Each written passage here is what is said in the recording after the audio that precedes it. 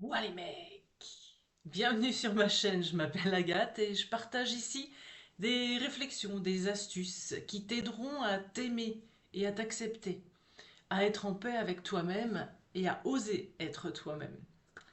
Alors cette chaîne s'adresse en général aux femmes parce que je parle des femmes, des vies de femmes, des cycles des femmes, mais je sais que certains hommes l'écoutent et je sais aussi que les femmes ont besoin de savoir des choses sur les hommes.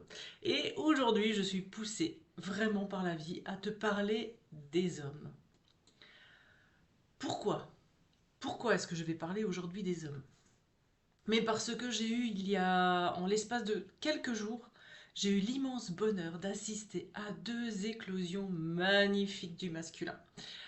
Alors il y a eu d'abord ce premier homme qui a compris qu'il était dans le stéréotype du masculin extérieur. Alors je m'explique. C'est un jeune père de famille qui souhaite à tout prix être juste avec la femme qu'il aime, lui montrer son implication dans cette nouvelle vie qu'il construise à et pour trois, et qui s'épuise et qui se perd dans ce rôle qu'il se crée. Il exige de lui-même bien plus que sa femme lui en demande. Il se fatigue à tout vouloir porter, à tout vouloir contrôler, parce que c'est son rôle de chef de famille. Il se surcharge son emploi du temps, déjà très chargé.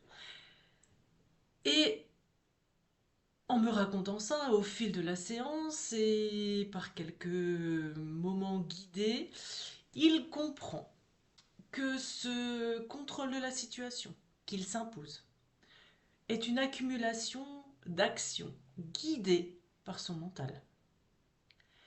Et nous explorons ensemble les possibilités que cette capacité de contrôle qu'il a, il puisse la mettre au service d'une organisation juste pour lui. Et comment savoir ce qui est juste pour lui? Eh bien en s'écoutant, en écoutant ses besoins, c'est-à-dire en s'ouvrant à sa part féminine, introspective et intuitive. De quoi j'ai besoin en priorité selon mon ressenti? C'est cette réponse que je mets en action, prioritaire, sur la liste de choses à faire. Même si les autres, même si mon mental surtout, ne trouve pas que c'est une priorité. Ce jeune papa repart avec la compréhension que c'est par l'équilibre de son féminin et de son masculin intérieur qu'il trouvera l'équilibre dans son quotidien.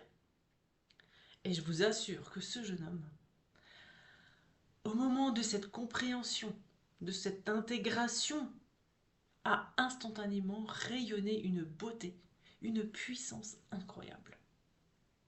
C'est tellement beau, un homme qui chemine. Alors le second dont je souhaitais vous parler, c'est plutôt l'inverse. Enfin, l'inverse dans la polarité reconnectée.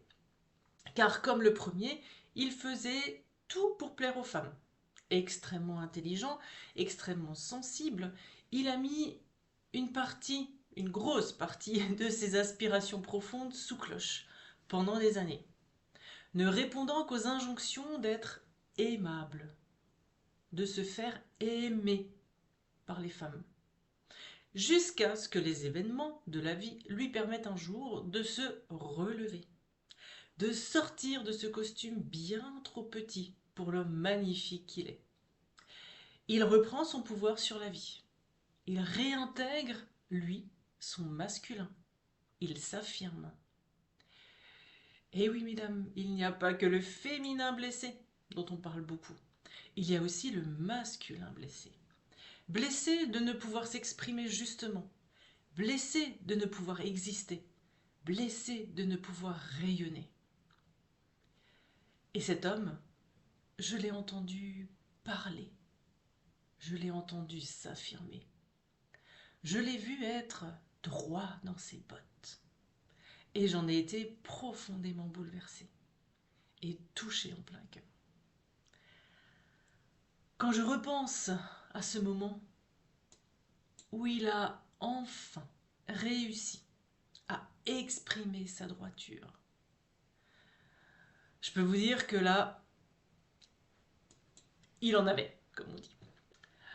Alors oui, lui aussi a commencé son chemin de rééquilibrage entre le masculin et le féminin. Donc, chère femme, si tu penses, si tu crois que les hommes ne changeront jamais, eh bien je t'affirme que si. J'en avais déjà la croyance et la foi profonde que nous évoluons tous. Eh bien, c'est en train de se passer sous mes yeux en ce moment. Et c'est absolument magnifique. C'est vraiment, vraiment magnifique. Et je voulais vous en témoigner aujourd'hui pour qu'on puisse évoluer tous ensemble vers un monde équilibré à l'intérieur et à l'extérieur.